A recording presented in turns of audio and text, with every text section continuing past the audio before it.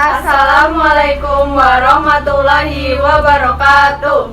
Kami dari kelompok 5 akan mempresentasikan tentang budidaya ayam petelur. Pertama, perkenalkan, nama saya Yunia Ida Marani, absen 32. Nama saya Aurananda Mardika, absen 3. Nama saya Nina Nur, absen 21. Tahapan pemeliharaan ayam petelur. Yang pertama adalah memahami usaha. Sebelum kita memulai bisnis tersebut, sebaiknya kita mengerti bagaimana cara menjalankannya, tantangannya, peluangnya, bahkan faktor yang akan kita hadapi seperti faktor penyakit, cuaca, faktor harga, faktor pasar, dan lain sebagainya. Manajemen pemeliharaan juga sangat berpengaruh. Manajemen pemeliharaan berpengaruh lebih dari 60% terhadap bisnis peternakan ayam petelur. Selanjutnya itu ada menyiapkan modal.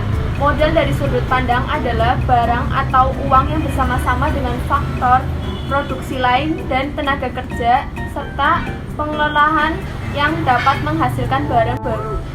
Modal dapat berupa materi seperti uang, tanah, dan lain-lain, maupun potensi pribadi seperti keberanian, keterampilan, kejujuran, dan lain-lain. Modal dalam pengertian sehari-hari adalah sejumlah uang yang perlu dimiliki sebagai langkah awal berusaha. Besarnya uang tergantung pada skala usaha, jenis usaha, serta ketersediaan barang dan bahan yang akan digunakan. Cara memperoleh modal tersebut yaitu modal pribadi, modal pinjaman, dan modal patungan. Biaya yang dikeluarkan pemeliharaan ayam petelur, perkiraan biaya yang dibutuhkan yaitu 66 juta per 1000 ekor atau 66.000 per ekor. Itu belum termasuk investasi kandang dan peralatan sebesar 50 juta per 1000 ekor. Selanjutnya adalah menentukan skala usaha, yaitu menentukan berapa ekor ayam yang akan dipelihara agar bisnis bisa berjalan secara kontinu dan menguntungkan.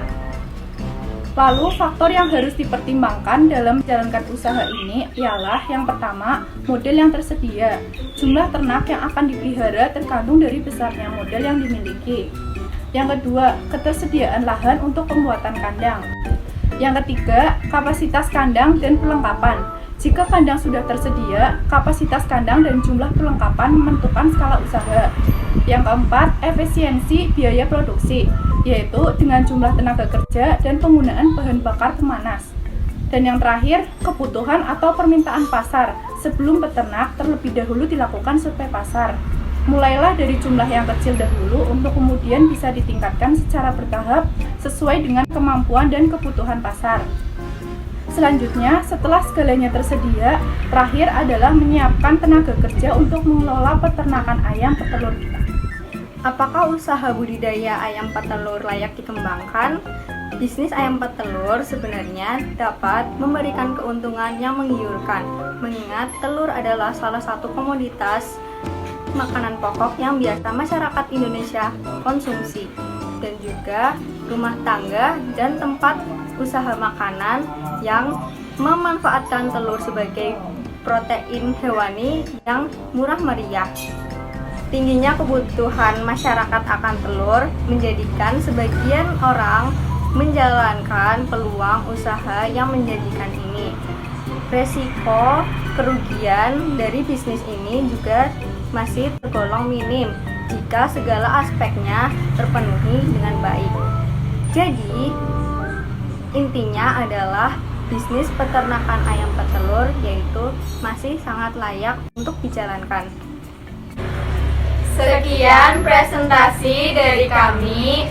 Mohon maaf bila ada kekurangan. Wassalamualaikum warahmatullahi wabarakatuh.